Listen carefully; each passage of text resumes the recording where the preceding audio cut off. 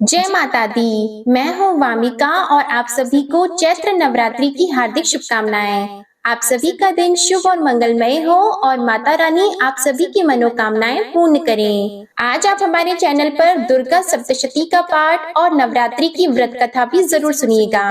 अब सुनिए देवी भागवत पुराण का अध्याय 16। व्यास जी कहते हैं, दुर्मुख युद्ध में काम आ गया। यह समाचार सुनकर महिषासुर क्रोध से मूर्छित हो गया। यह क्या हो गया? यूं बार बार वह संपूर्ण दानवों से पूछने लगा। उसने कहा, दुर्मुख और वाशकल बड़े शूरवीर दानव थे। एक सुकुमार कन्या के हाथ वे युद्ध भूमि में सदा के लिए सो गए। यह कितनी महान आश्चर्य की बात है। देखो, यही देव का विधान है। इससे सिद्ध हो रहा है कि मनुष्य सर्वथा परतंत्र हैं। उन्हें अच्छे बुरे कर्मों के अनुसार सुख और दुख में लगाने का अधिकार सदा एकमात्र प्रबल काल को ही है। ये दोनों प्रसिद्ध दानव थे, इनकी मृत्यु हो गई। इसके बाद अब क्या करना चाहिए? बड़ी विषम परिस्थिति सामने आ गई है। सब लोग परस्पर विचार करके जो उचित जान पड़े कहें। व्यास जी कहते हैं, राजेंद्र, इस प्रकार अमित पराक्रमी महिषासुर के कहने पर उसका सेना अध्यक्ष महारथी चिक्षुराक्ष बोला, राजन, एक स्त्री के मार डालने में कौन सी चिंता की बात है? मैं उसका वध कर डालूंगा। यूं कहकर कुछ सैनिकों को साथ लेकर वह रथ पर बैठा और चल दिया। दूसरे शक्तिशाली ताम्र को उसने अपना अंग रक्षक बना लिया। चलते समय उसकी विशाल सेना की तुमुल ध्वनि से आकाश और दिशाएं गूंज उठी। चिक्षुराक्ष आ रहा है, यह देखकर कल्याणमयी भगवती जगदम्बा बड़े अद्भुत ढंग से शंख ध्वनि, घंटा ध्वनि और धनुष की टंकार करने लगी। उस ध्वनि के प्रभाव से संपूर्ण राक्षसों के हृदय में आतंक छा गया। यह क्या? यूं कहकर वे भाग छूटे। भय के कारण उनका सर्वांग कांपने लगा। वे सब के सब भाग रहे थे। उनकी यह स्थिति देखकर चिक्षुराक्ष के क्रोध की सीमा नहीं रही। उसने दानवों से कहा, तुम्हारे सामने कौन सा ऐसा भय आ गया? दैत्यों, अभिमान में चूर रहने वाली इस स्त्री को तो मैं आज ही बाणों के द्वारा यमपुरी भेज दूंगा। तुम लोग निर्भय होकर लड़ाई के मोर्चे पर डटे रहो। यूं कहकर उस पराक्रमी दैत्यवर ने हाथ में धनुष उठा लिया और युद्ध में आकर वह निश्चिंतता पूर्वक देवी से कहने लगा, विशाल नेत्रों से शोभा पाने वाली सुंदरी, तुम अन्य सुंदर मनुष्यों को भयभीत करती हुई क्यों व्यर्थ गरज रही हो?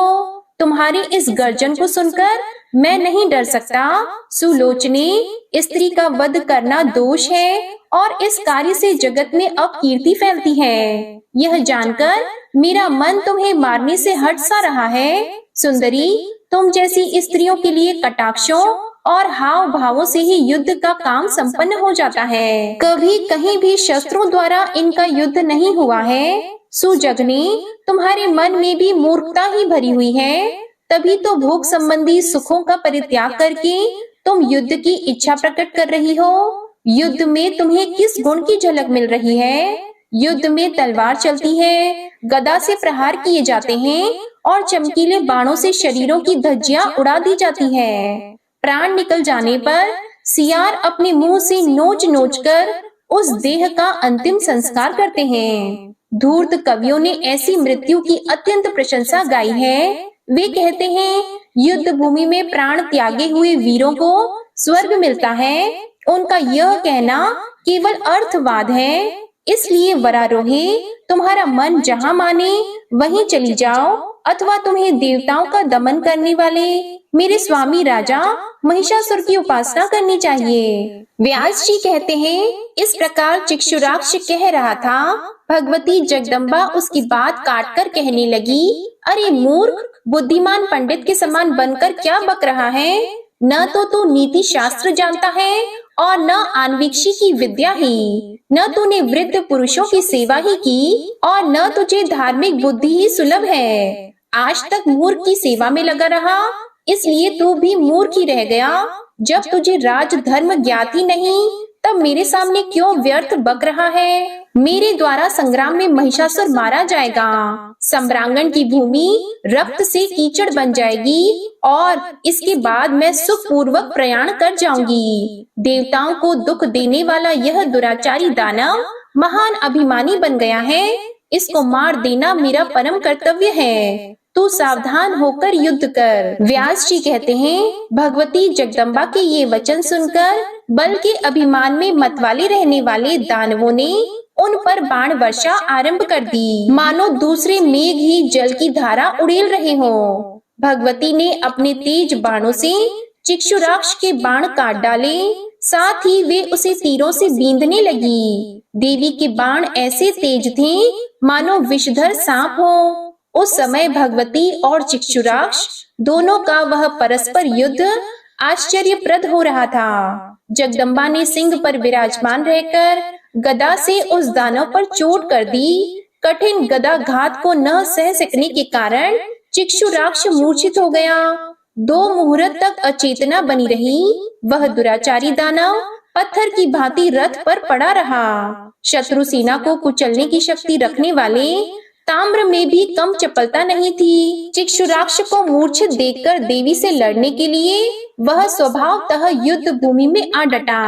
उसे आते देखकर भगवती चंडिका ठठाकर हंसी और बोली, दैत्यवर आओ आओ, मैं अभी तुम्हें यमपुरी भेजने की व्यवस्था करती हूँ। तुम लोग स्वतः निर्बल हो, तुम्हारी आयु भी समाप्त हो चुकी है, इसलिए तुम लोगों के आने से क्या काम सिद्ध हो सकता है? मूर्ख, महिषासुर घर पर रहकर जीने के किस उपाय में लगा है?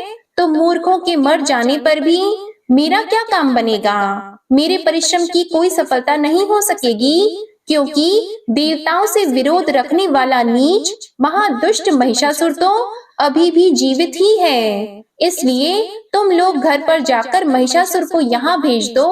मेरी जैसी स्थिति है उसे आकर वह प्रचंड मूर्ख भी देख ले। भगवती जगदम्बा के ये वचन सुनकर ताम्र क्रोध में भर गया। उसने देवी पर बाण वर्षा आरंभ कर दी। उसके बाद धनुष की डोरी पर चढ़ाकर कान तक खींचे जाते थे। भगवती ने भी ताम्राक्ष का वध करने के विचार से धनुष पर बाण चढ़ाया और खींचकर उस पर छोड़ने लगी। इतने में महाबली चिक्षुराक्ष की मूर्छा टूट गई। वह उठकर बैठ गया। फिर तुरंत धनुष और बाण लेकर वह देवी के सामने आकर डट गया। चिक्षुराक्ष और ताम्राक्ष दोनों असीम पराक्रमी एवं महान शूरवीर दानव थे। अब वे भगवती जगदम्बा के साथ सम्रांगण में भिड़ गए।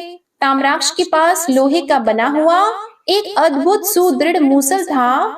उससे उसने सिंह के मस्तक पर चोट की। साथ ही वह ठठाकर हंसा और गरजने लगा। गरजते हुए ताम्राक्ष को देखकर देवी की क्रोध अग्नि भभक उठी। उन्होंने तुरंत अपनी चमचमाती हुई तलवार से दानव का मस्तक धड़ से अलग कर दिया।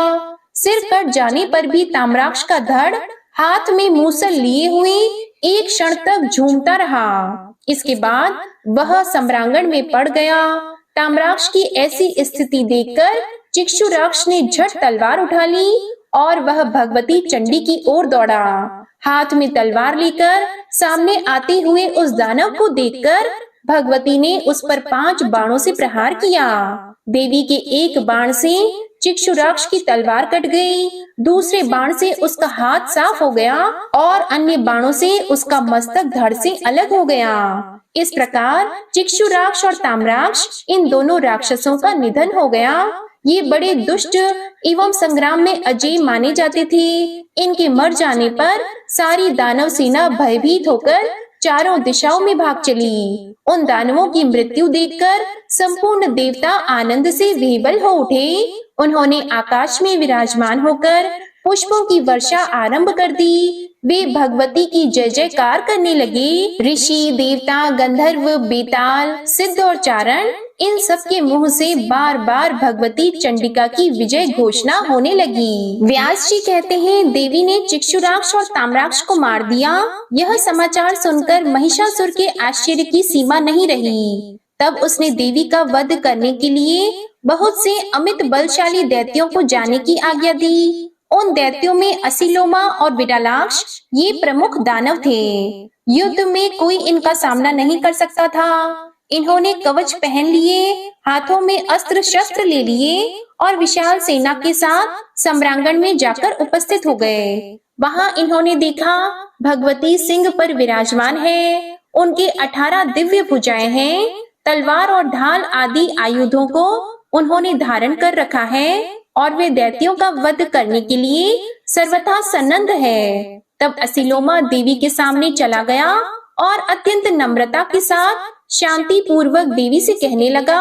असीलोमा बोला, देवी सच्ची बात बताओ, तुमने किस प्रयोजन से यहाँ आने का कष्ट उठाया है? और सुंदरी, इन निरपराधी दैत्यों को क्यों मार रही हो? इसका कारण बताने की कृपा करो। मैं अभी तुम्हारे साथ संधि करने के लिए तैयार हूँ। वरारोही, स्वर्ण, मणि, रत्न और अच्छे अच्छे पात्र, तुम्हें जिन वस्तुओं की इच्छा हो उन्हें लेकर शीघ्र यहाँ से पधारो। क्यों युद्ध की अभिलाषा प्रकट करती हो? युद्ध में तो दुख और संताप की भरमार रहती है। महात्मा पुरुष कहते हैं कि युद्ध संपूर्ण सुखों का विघातक है। तुम्हारा यह शरीर अत्यंत सुकोमल है, पुष्प का आघात भी इसके लिए असहाय है। ऐसी स्थिति में मुझे महान आश्चर्य तो यह है कि तुम शस्त्रों के आघात कैसे और क्यों सहने के लिए तैयार हो? चतुरता का फल है शांति पूर्वक निरंतर सुख भोगना।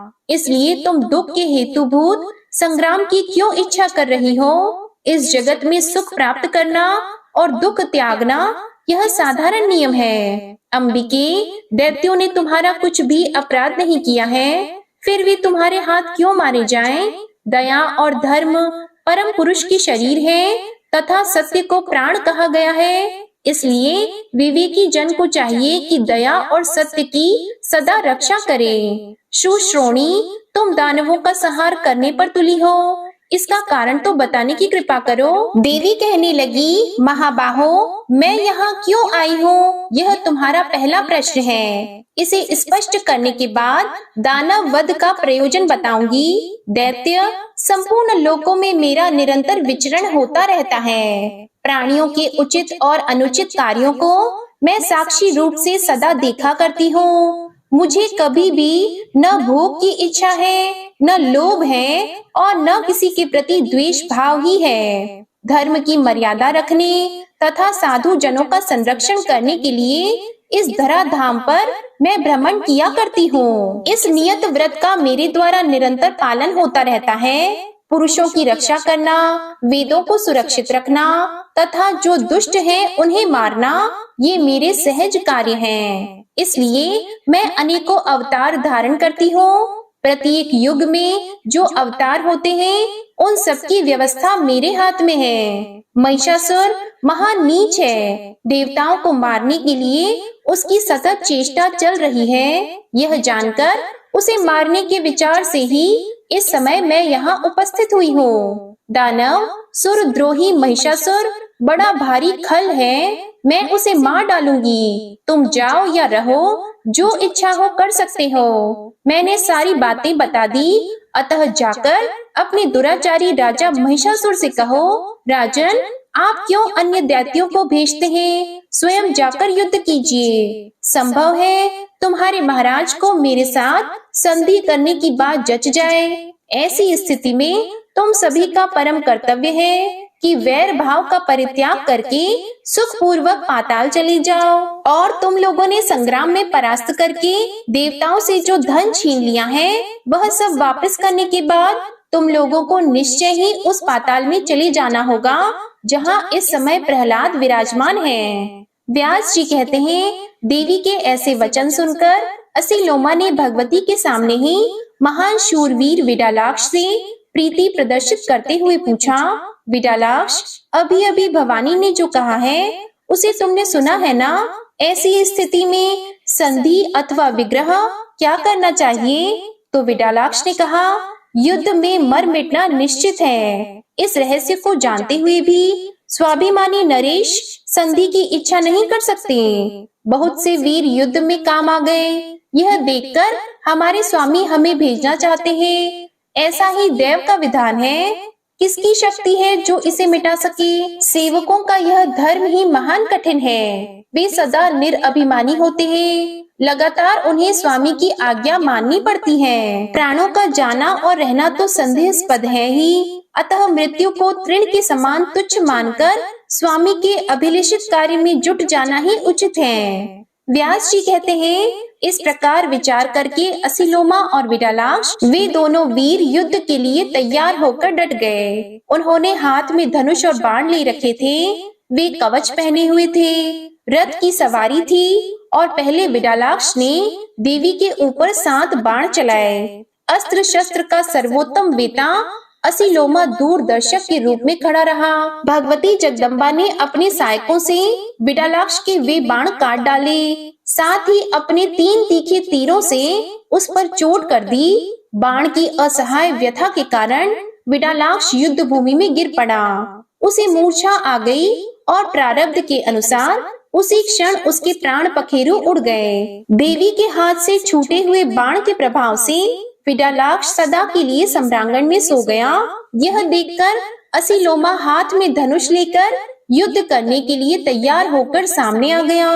वह अपना दाहिना हाथ ऊपर उठाकर देवी के प्रति कुछ परिमित वचन कहने लगा। देवी, दानव बड़ी दुराचारी हैं। मैं जानता हूँ अब इनकी मृत्यु सिर पर आ गई है, फिर भी पराधीन होने के कारण युद्ध करना मेरे लिए परम कर्तव्य हो गया है। महिषासुर महान मूर्ख है, प्रिय और अप्रिय के विषय में वह कुछ जान ही नहीं पाता। उसके सामने हितकारक वचन भी यदि अप्रिय हैं, तो मुझे नहीं कहने चाहिए। मैं वीर धर्म के अनुसार मर जाना उचित समझता हूँ, फिर चाहे वह शुभ हो अथवा अशुभ, मेरी समझ से प्रारब्ध ही बलवान है। पुरुषार्थ को धिक्कार है, इससे कोई काम सिद्ध नहीं हो सकता। तभी तो तुम्हारे बाण लगते ही दानव जमीन पर लेटते चले जा रहे हैं। इस प्रकार कहकर दानव श्रेष्ठ असीलोमा ने देवी के ऊपर बाण बरसाना आरंभ कर दिया। निकट आते ही भगवती ने अपने बाणों से उसके बाण काट डाले, साथ ही शीघ्रगामी अन्य बाणों से असीलोमा को गहरी चोट पहुंचाई। उस समय भगवती का मुखमंडल क्रोध से तमतमा उठा था। देवता दूर से देख रहे थे। असीलोमा का सर्वांग बाणों से बिंद गया था, रक्त की धार बह रही थी। इससे वह इस प्रकार शोभा पाता था मानो फूला हुआ पलास का वृक्ष हो। फिर तो असीलोमा ने लोहे की बनी विशाल गदा हाथ में उठा ली और बड़ी तेजी के साथ वह देवी की ओर दौड़ा। क्रोध में आकर उसने सिंह के मस्तक पर वह गदा चला दी। सिंह ने असीलोमा के किए हुए गदा घात की कुछ भी परवाह न की, उल्टे अपने नखों से उसकी छाती को ची डाला। तब वह विकराल दैत्य हाथ में गदा लिए ही बड़े जोर से उछला और सिंह के मस्तक पर चढ़कर उसने भगवती जगदम्बा पर गदा से चोट कर दी। राजन, देवी ने असीलोमा के किए हुए प्रहार को रोक लिया और उसी क्षण अपनी तेज तलवार से उसका मस्तक धड़ से काट गिराया। मस्तक कट जाने पर वह दानवराज असीलोमा तुरंत जमीन पर लेट गया। अब तो उस दुरात्मा दानव की सेना में हाहाकार मच गया। देवी की जय हो, इस प्रकार के जयकारे लगाकर देवता गण भगवती जगदम्बा की स्तुति करने लगे। देवताओं की दुंदुबियां बज उठी। राजन, किन्नर गण यशोगान करने में संलग्न हो गए। यो विडालाक्ष और असीलोमा ये दोनों दैत्य मरकर सम्रांगण में सदा के लिए सो गए। शेष संपूर्ण सैनिकों को सिंह ने अपने पराक्रम से मार गिराया। जो कुछ बचे थे उन्हें सिंह ने अपना कलेवा बना लिया। कुछ टूटे फूटे अंग वाले मूर्ख दानव दुखी होकर महिषासुर के पास पहुँचे। वे रोने और गिड़गिड़ाने लगे, महाराज, असीलोमा और विडालाक्ष मर मिटे हैं, अब आप हमें बचाइए। यूं उनके मुख से करुण पुकार निकल रही थी। उन्होंने साथ ही यह भी कहा कि राजन, अन्य जितने सैनिक थे वे सब सिंह के ग्रास बन गए। यूं कहकर वे अपने नरेश महिषासुर को युद्ध में भाग लेने के लिए प्रेरणा करने लगे। उन सैनिकों की बात सुनकर महिषासुर का मन अत्यंत उदास हो गया। उस पर चिंता की काली घटा गिर आई और वह बड़ा दुखी हो गया। आज की कथा यहीं समाप्त होती है। इसके आगे का वृतांत आप अगले अध्याय में सुनेंगे। अब आप सुनिए दुर्गा चालीसा पाठ। नमो नमो दुर्गे सुख करनी, नमो नमो दुर्गे दुख हरनी। निरंकार है ज्योति तुम्हारी, तिहु लोक फैली उजियारी। शशि ललाट मुख महाविशाला, नेत्र लाल भ्रिकुटी विकराला। रूप मातु को अधिक सुहावे, दर्श करत जन अति सुख पावे। तुम संसार शक्ति ले कीना, पालन हेतु अन्न धन दीना। अन्नपूर्णा हुई जगपाला, तुम ही आदि सुंदरी बाला। प्रलय काल सब नाशनहारी, तुम गौरी शिव शंकर प्यारी। शिव योगी तुम्हारे गुण गावे, ब्रह्म विष्णु तुम्हें नित ध्यावे। रूप सरस्वती को तुम धारा, दे सुबुद्धि ऋषि मुनिन उबारा। धरयो रूप नरसिंह को अम्बा, परगट पई फाड़ कर खम्बा। रक्षा करी प्रहलाद बचायो, हिरण्याक्ष को स्वर्ग पठायो। लक्ष्मी रूप धरो जग माही, श्री नारायण अंग समाही। क्षीर संधु में करत विलासा, दया सिंधु दीजे मन आसा। हिंगलाज में तुम्ही भवानी, महिमा अमित न जात बखानी। मातंगी अरुधुमावती माता, भुवनेश्वरी बगला सुखदाता। श्री भैरव तारा जगतारिणी, छिन्न भाल भव दुख निवारिणी। के हरि वाहन सोह भवानी, लांगुर वीर चलत अगवानी। कर में खप्पर खड़ग विराजी, जाको देख काल डर भाजी। सोहे अस्त्र और त्रिशूला, जाते उठत शत्रु ही शूला। नगर कोट में तुम्ही विराजत, तिहु लोक में डंका बाजत। शुंभ निशुंभ दानव तुम मारे, रक्त बीज शंखन सहारे। महिषासुर नृप अति अभिमानी, जेहि अगभार मही अकुलानी। रूप कराल कालिका धारा, सीन सहित तुम तिहि सहारा। परी गाढ़ संतन पर जब जब भई सहाय, मातु तुम तब तब। अमरपुरी अरुबा सवलोका, तब महिमा सब रहे अशोका। ज्वाला में है ज्योति तुम्हारी, तुम्हें सदा पूजे नर नारी। प्रेम भक्ति से जो यश गावे, दुख दारिद्र निकट नहीं आवे। ध्यावे तुम्हें जो नर मन लाई, जन्म मरणता को छुटी जाई। जोगी सुर मुनि कहत पुकारी, योग न हो बिन शक्ति तुम्हारी। शंकर आचारज तप कीनो, काम अरु क्रोध जिति सब लीनो। निश दिन ध्यान धरो शंकर को, काहु काल नहीं सुमिरो तुमको। शक्ति रूप का मर मन पायो, शक्ति गई तब मन पछतायो। शरणागत हुई कीर्ति बखानी, जय जय जय जगदम्बा भवानी। भई प्रसन्न आदि जगदम्बा, दई शक्ति नहीं कीन विलंबा। मोको मातु कष्ट अति घेरो, तुम बिन कौन हरे दुख मेरो। आशा तृष्णा निपट सतावे, मोह मदादिक सब बिनशावे। शत्रुनाश कीजे महारानी, सुमिरो एक चित तुम्हें भवानी। करो कृपा हे मातु दयाला, रिद्धि सिद्धि दे करहु निहाला। जब लगी ज्यों दया फल पाऊं, तुम्हरो यश मैं सदा सुनाऊं। दुर्गा चालीसा जो कोई गावे, सब सुख भोग परम पद पावे। देवी दास शरण निज जानी, करहु कृपा जगदम्बा भवानी। श्री दुर्गा चालीसा समाप्त होती है। प्रेम से बोलिए माँ अम्बे की जय। आपको आज की कथा पसंद आए तो वीडियो को लाइक करिएगा, शेयर करिएगा, कमेंट में माँ दुर्गा की जय लिखिएगा और चैनल को भी सब्सक्राइब करिएगा। इसी के साथ आज आप हमारे चैनल पर नवरात्रि के पहले दिन की व्रत कथा और दुर्गा सप्तशती का अध्याय 1 भी जरूर सुनिएगा। जय माता दी।